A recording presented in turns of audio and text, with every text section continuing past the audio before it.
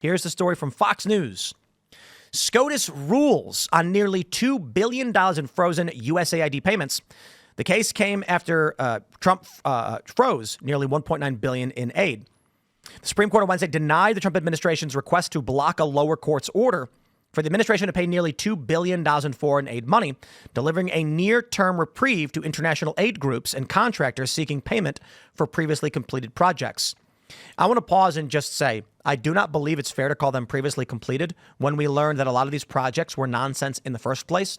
And I would call them spiritually fraudulent in that literal fraud requires deception to extract funds. And the Biden administration and government was well aware of what they were doing. But I call it spiritually fraudulent because the American people would never approve of these expenditures at their cost. In a 5-4 ruling, the justices said that the February 26th deadline imposed by a lower court for the Trump administration to pay the funds had already expired and directed the case back to the district court to clarify any additional details on payment. Given that the deadline is in the challenge has now passed, and in light of the ongoing preliminary injunction proceedings, the district court should clarify what obligations the government must fulfill to ensure compliance with the temporary restraining order, with due regard for the feasibility of any compliance timelines. U.S. District Judge Amir Ali, for his part, moved quickly Wednesday to take action on the matter, ordering both parties to appear in court Thursday to consider plausible repayment schedules. So let me just give you the quick gist. Trump says, don't pay this. Why? Because his view is largely that they were funneling money in ways that are untoward. I'm being careful because it's not fraud when Biden gives you the money and you're not doing anything for it. In one instance, they found, I don't know where this payment came from, but there was a story of a child center or some facility was built getting $18 million per month with no one in it. It was completely empty. There was one story about the Biden administration started funneling money through the EPA to various climate change groups that previously had no money on the books. In one instance, an NGO had made only $100 the year prior and received a multi-million-dollar grant. So basically, the gist of this is with USAID, Trump's like, no, we're freezing this. A lower court said pay it. Trump said we're freezing it. A lower court said we're temporarily freezing your ability to freeze the payments, make the payments. Trump appeals. The appellate court says we have no jurisdiction on this one. The executive branch determines if they're going to make these payments. It's called, sovereign immunity. And then they go to the Supreme Court. The Supreme Court issues a temporary stay on the lower court stay. So Trump's is in effect. The Supreme Court then vacates their stay, triggering the lower court. So Trump now technically has to just make the payments. This is absolutely insane. Let me put it simply. Donald Trump is trying to stop $2 billion of your taxpayer dollars from going out in ways he does not feel are legitimate. There's been no ruling on the legitimacy of these payments, but the court's requiring him to pay it. This is nuts. I read Alito's dissent, and I was actually really surprised that this was considered, or that the court found this way in the first place. The executive has to be able to say no to things, this type of behavior, and I was really surprised that the SCOTUS found this. I was expecting it to be 5-4 the other way at least. So. Oh, well, this is a slap in the face for all taxpayers. I mean, the kinds of things that were found in this were unbelievable, like LGBTQ activism in Serbia, Egyptian tourism.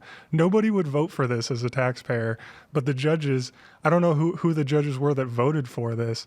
I'm kind of curious now. Oh, it was the liberal justices Roberts and Amy Coney Barrett. Really? Amy Coney Barrett, too? Yeah. Well, that's obvious. She kind of hates Trump. Yeah, she's not great. People are spreading around this clip of her from last night, like looking at Trump with such disdain and disgust on her face. You can tell. Well, she was a mistake. She was awfully verklempt about the death of George Floyd and cried about it. Oof. Well, I mean, she's better than a liberal, but she's not great. And so I have a question here. This is an interesting issue, right? Let's say there was a federal office that said, we're instructing our employee to go and strangle that woman across the street to death. And then Trump was like, whoa, that's illegal. You can't do that.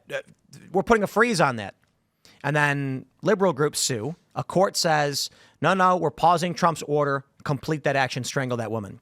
So Trump, says, no, we're not going to do this. He goes to the Supreme Court. The Supreme Court says, we're not getting involved. The lower court carry out your order. Thus, the action must be completed. This is a very obvious circumstance where an illegal action was offered up. Trump was trying to stop what appeared to be an illegal action, and the courts told him to do it. Obviously, that's not what we're dealing with. The reason I give that analogy is, in this case, that is Trump's argument. These payments are not legitimate. They must be stopped. And the courts are basically saying, no, Trump, the crime must be completed. Who enforces what in this regard? Trump as the executive branch, if he truly believes this is illegal, and it's not been ruled on the merits, whether it is or is not a legitimate legal payment, maybe it is fraud, who knows? And a lower court says, you can't pause this, it has to get paid. Can a lower court instruct the executive branch to commit illegal actions or commit actions it believes to be illegal? Yeah, And go ahead. Who can enforce against it? Yeah. So this kind of does harken back to the question about whether judges have the authority to prevent the president from, or the executive office from making decisions, because this was initially, it stemmed from a U.S. District Court. Amir Ali on February 13th barred the administration from suspending foreign aid payments. So, like, a district judge should not be able to prevent the executive from essentially carrying out the will of the people. The president's the only elected official that's elected by the whole body politic, right? The representatives are all representing certain districts, they're representing states, et cetera. The president is the only elected official that's elected by all of America.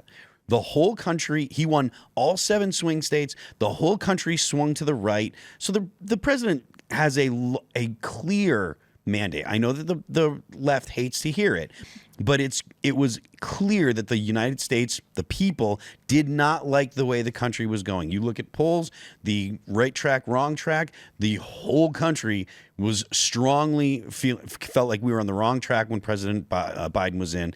Now that President Trump's in, they feel like the country's on the right track. So I do agree with people that say that the SCOTUS should not be making decisions based on what the people think. That's fair. But at the same time, I don't see their reasoning for why this should be. And I do think that the president should be the executive and it should be that the executive gets to decide how the executive office, how it's executed. Yeah. Well, I mean, especially when it comes to $2 billion, if Trump is saying, hey, this is not legit, USAID is basically shut down. He's laying people off. We've seen over and over again that many of these payments were going to nonsense, ridiculous organizations that were doing nothing, gender studies in Pakistan, whatever it might be. So Trump says, let's not give this money away. How can a court instruct Trump to break the law? BT dubs, this is who we're being told is a fascist dictator. Yeah. I mean, and as for what you said about a popular mandate, I don't know why, but they had Stephen A. Smith on The View like a day ago, and he was trying to explain to these mentally disturbed women what a mandate means, and they couldn't quite grasp it. He said he won the popular vote, and they were like, oh, but like only by a little though, like just like by a tiny percentage though. So that means that it's not the will of the people. And then he's like, and I'm like, he won every swing state. That's literally how an electoral college works. But Stephen A. Smith said he won every swing state. 89% of counties shifted rightward. Yeah. He won the popular vote for the first time for Republicans, first time since 2004. He increased his vote margins among Black and Latino voters. Yeah. He's got a mandate. And he's like, we can sit here and hem and haw all we want. That's a mandate. Yeah. Indeed. Well, he put a 90-day freeze on this, and there is some nuance because the $2 billion isn't all USAID payments. So it's only some existing contracts. So he still has frozen some. So there's a little bit of nuance to it, but it's still not great. I mean, what would happen if Trump just says, we ignore you. We're going to do whatever we want? I mean, what can they do? That has happened before. The Chief Justice has made his decision. Now let's see him enforce it. Exactly. This is, I was talking to Will Chamberlain a while ago, and he's a lawyer, for those who don't know, a friend of the show. He was on recently, I believe, when I was out. And I asked him, why doesn't the Supreme Court just take the obvious positions that are correct? I think we were talking about Texas v. Pennsylvania in 2020. And he said, because they have no enforcement mechanism. And if they make rulings that are too, let's just say, strong, that people are going to reject, then it's revealed the emperor has no clothes. So the Supreme Court tries to make rulings that they feel are in line enough with the current social fabric so that they will actually happen. If the Supreme Court comes out and issues a ruling, say like in 2020, that Trump actually won or something, then the blue states are going to say, enforce it. And then people realize Supreme Court rulings don't mean anything. So they try and keep things a little tempered, as it were. And then that basically means they don't issue the rulings where they need to be issued. I mean, I suppose that does make sense, but it is true that the SCOTUS doesn't have any means of enforcement. Marshals. So, like, what are they going to do? They're going to go raid a government bank account and force an employee? What if Trump was like, who's in charge of issuing these payments? They're like, I am. So you're fired. It's like, okay, all right. Who are you going to enforce now? There's no one who does that job. It's true. Thanks for checking out this clip from Timcast IRL. Make sure to watch the show live Monday through Friday at 8 p.m. Subscribe to this channel, and we will see you all there.